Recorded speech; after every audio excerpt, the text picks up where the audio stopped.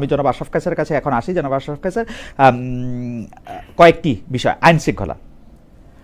দেখুন, আমরা অন্তর্বর্তী সরকারের সময় আইন শৃঙ্খলার যে চরম অবনতি দেখেছিলাম, মব ভায়োলেন্স দেখেছিলাম, এবং তার ঠিক আগে আগে আওয়ামী লীগের যে ফ্যাসিবাদী শাসন, সেই তুলনায় বাংলাদেশে গত 3 মাসে বিএনপি সরকারের সময় আমি বলবো যে আইন শৃঙ্খলার দারুণ উন্নতি হয়েছে।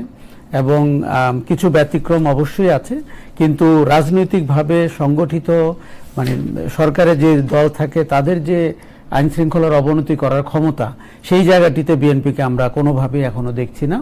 এমনকি বিএনপি নির্বাচনের আগে যে সমস্ত সমালোচনার মুখে পড়েছিল, চাঁদাবাজি, টেন্ডারবাজি, দখলবাজি, সেগুলোরও কিন্তু আমি 3 মাসের তথ্য উপাত্ত ঘেটে দেখব যে সেখানে কিন্তু আমরা ওই প্রবণতার প্রবল বিকাশ দেখতে পাচ্ছি না। আইন শৃঙ্খলার সার্বিক উন্নতি হয়েছে, কিন্তু দুঃখের বিষয় এবং চিন্তার বিষয় হচ্ছে যে আইন শৃঙ্খলা বাহিনী, যেটি আপনার পুলিশ, মূলত আমরা প্রায় 20 মাস হলো বলছি যে তারা কেন তাদের নৈতিক অবস্থান সবল করতে পারছে না, তারা তাদের দায়িত্ব পালন করতে পারছেন না। আমার ধারণা যে পুলিশ ফ্যাসিজমের সময় যে রোলে গিয়েছিল আওয়ামী লীগ সরকারকে অবৈধভাবে নির্বাচিত রাখতে, সেই রোল থেকে পুলিশকে ফিরিয়ে আনা এবং পুলিশের যে নৈতিক স্খলন হয়েছিল এবং গণহত্যার সাথে পুলিশ যেভাবে যুক্ত ছিল, গুম খুনের সাথে যেভাবে যুক্ত ছিল, সেখান থেকে পোশাক বদলের মতো একটি ঘটনা অন্তর্বর্তী সরকার ঘটিয়েছেন, কিন্তু পুলিশের যে ডিএনএ পরিবর্তন, সেটির অবস্থা কিন্তু আমরা ভালো দেখছি না। আচ্ছা ভাই, এখানে একটা কথা কি জানতে চাইতে পারি, যে এই কথাটা আমি প্রায়ই শুনি যে পুলিশের তো আসলে পোশাকটা পরিবর্তন হয়েছে, ডিএনএ পরিবর্তন, কিন্তু এরশাদ সাহেবের যে পুলিশ 9 বছর ধরে ছিল, আমরা তো দেখছি একটা গণতান্ত্রিক সরকার আসার পরে বা এরশাদ সাহেব চলে যাওয়ার পরে তারা রাতারাতি ভালো হয়ে গেছে। কারণ রাতারাতি তারা ভালো হয়ে যাওয়া বা পরিবর্তন হওয়াটা, আমরা তো চেয়ারের সাথে সাথে সেই পরিবর্তনটা আমরা দেখি। আমরা বিএনপি সরকার 91 থেকে 96 পর্যন্ত ছিল, 96 থেকে যেই বিএনপি সরকার চলে গেছে, আমাদের তো পুলিশের আগা পাঁচতলা পরিবর্তন করে দিতে হয় নাই। তারা আওয়ামী পুলিশ হয়েছে, তারপরে তারা আবার বিএনপি পুলিশ হয়েছে, তারপরে আবার তারা 111 পুলিশ হয়েছে। তাদের তো কোনো মানে আমি তো কোনো এটা দেখি না যে ওয়ান্স আওয়ামী পুলিশ সে আর কোনোদিন বিএনপি পুলিশ হইতে পারবে না। তারা তো খুব ভালোই পারে, তো দেখি আমি। না, তারা সাংঘাতিকভাবে ভালো পারে এবং এটি তারা রপ্তও করে ফেলেছে। কিন্তু গত 15 বছরের আওয়ামী লীগ শাসন আমলে পুলিশের যে অন্তর্ভুক্তি ছিল শাসন আমলের সাথে, সেটি অতীতে আমরা কখনো দেখিনি। যেমন পুলিশের নিয়োগ প্রক্রিয়া বলি, আপনি জানেন গোপালগঞ্জের পুলিশ হলে তার র্যাবের প্রধান হয়েছেন, পুলিশ প্রধান হয়েছেন, এবং তখন কিন্তু অনেকেই রাজনৈতিক বক্তব্য দিতেন, দলের বক্তব্য দিতেন। আজকে আপনার কানে যে খটকা লেগেছে যে ভদ্রলোক বিএনপির রাজনীতির প্রতি আনুগত্য, এটি তারই পরম্পরা এবং এটি তিনি এখনো কন্টিনিউ করতে পারছেন। এটি দুঃখের, কারণ রাজনৈতিক সরকারের উচিত ছিল এটিকে বন্ধ করে দেওয়া এবং বলা যে আমরা দলীয় পুলিশ চাচ্ছি না। সেই ঘটনাটি এখনো ঘটছে না। আমাদের একটা দুর্ভাগ্য হচ্ছে যে সরকার মনে করে পুলিশ তার অন্তর্ভুক্ত হবে এবং সরকার মনে করে পুলিশ তার দলীয় কথা দু একটা বলবে, এটি খারাপ কি? কিন্তু এটি যে বাংলাদেশ রাষ্ট্রের জন্য খারাপ এবং জনগণের জন্য খারাপ, এই জায়গাটিতে আমরা এখনো উপনীত হতে পারি নাই। আমি আমি আমি আমি অবশ্য এই ব্যাপারটা সবার কাছে একটু শুনি এবং আমার কাছে খুব খটকা লাগে। আমার কাছে মনে হয় যে আওয়ামী লীগ বা বিএনপি কোনোটাই তো কোনো এরকম কোনো আদর্শ না। পুলিশ যখন দেখেছে চাকরিতে যেটা তার সুবিধা হবে ওইটাই সে করতে থাকে। মানে আমার আমলা বন্ধুরা খুব সহজেই তারা রং পাল্টাইতে পারে। তারা বলে যে আমরা তো আসলে সরকারের চাকরি বা দলের চাকরি করি না, তো এটা তারা দল বদলাতে পারে। যাই হোক, এটা আরো কয়েকদিন পরে নিশ্চয়ই এটা বোঝা যাবে। বাজার দর নিয়ে যদি একটু কথা বলতেন। দেখুন, বাজার দরের একটা বড় কারণ হচ্ছে মধ্যপ্রাচ্যে যে যুদ্ধটা হয়েছে সেটি। এটিকে যদি আমরা না দেখতাম দৃশ্যপটে, তাহলে বাজার দর নিয়ে অতীতের সাথে তুলনা করে কথা বলা যেত। যেহেতু মধ্যপ্রাচ্যে তেলের দাম বেড়েছে, যুদ্ধ হয়েছে, অনিশ্চয়তা শুরু হয়েছে, বাংলাদেশ দীর্ঘদিন প্রায় 2 মাস কিন্তু তেলের দাম বাড়ায়নি, পরবর্তীতে দাম বাড়িয়েছে। কিন্তু ততদিনে আমরা দেখেছি মজুতদারি হয়েছে, তেলের সংকট হয়েছে।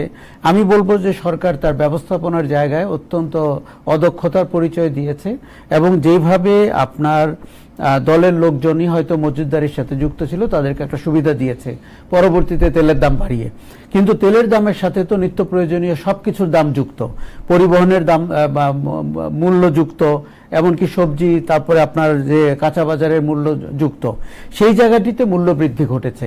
আরেকটা কথা হচ্ছে যে আমরা বারবার শুনি যে বড় যে ব্যবসায়িক সিন্ডিকেটগুলো তারা বাজারকে নিয়ন্ত্রণ করে। এখন পর্যন্ত সরকারের আমরা তেমন কোনো পরিকল্পনা দেখিনি যে ওখান থেকে কি করে আপনি বাজার মূল্য ঠিক করবেন জনগণের সাথে। তবে তেলের দামের বড় কারণ তৈরি হয়েছে মধ্যপ্রাচ্যে তেলের সংকট থেকে। আমি এখানেও একটু দুই পয়সা দিয়ে রেখে আসা পাই।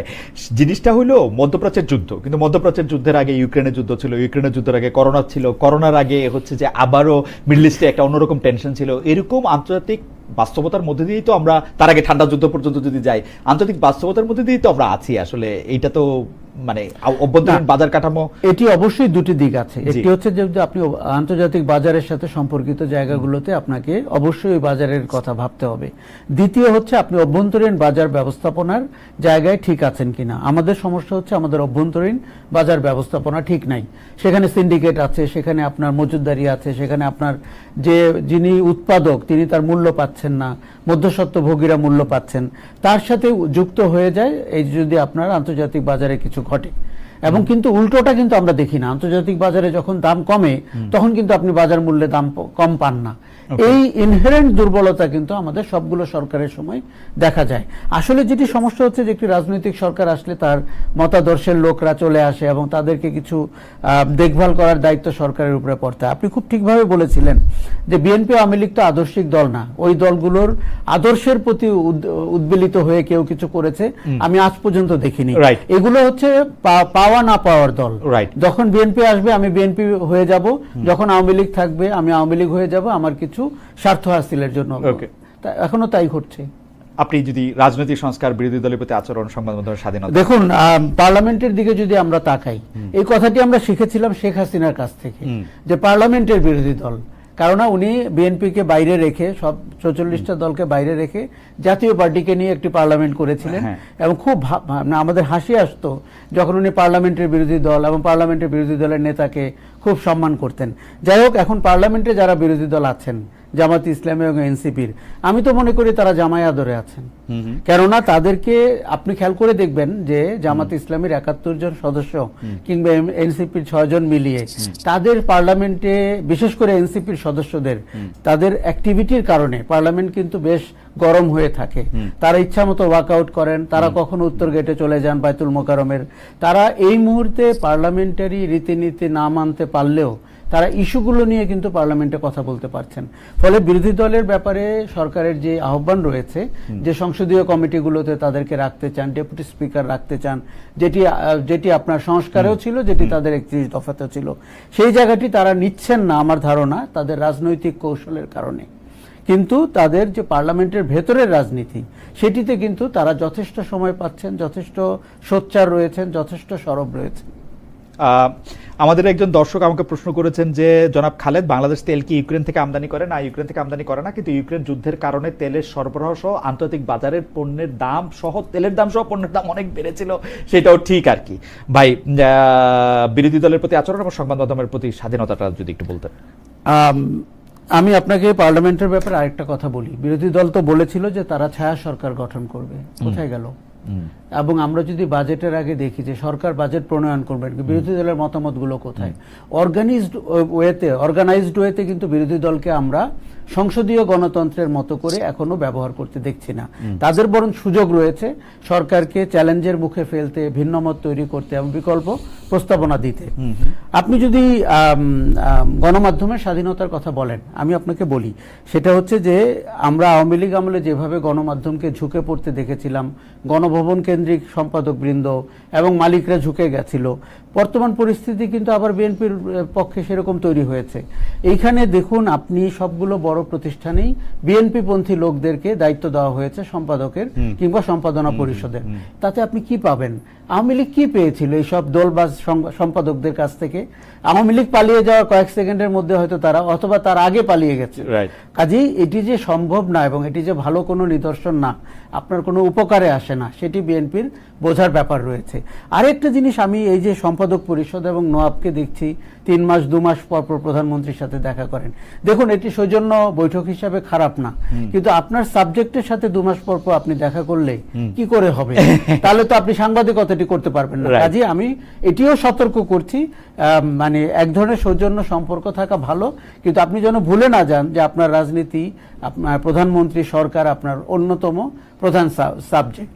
কাজেই গণমাধ্যমকে আমরা দেখেছি ইনহেরেন্টলি উইক হয়ে গেছে, ভেতর থেকে শক্তিহীন হয়ে গেছে। আমার আশা করি আপনাকে ধন্যবাদ।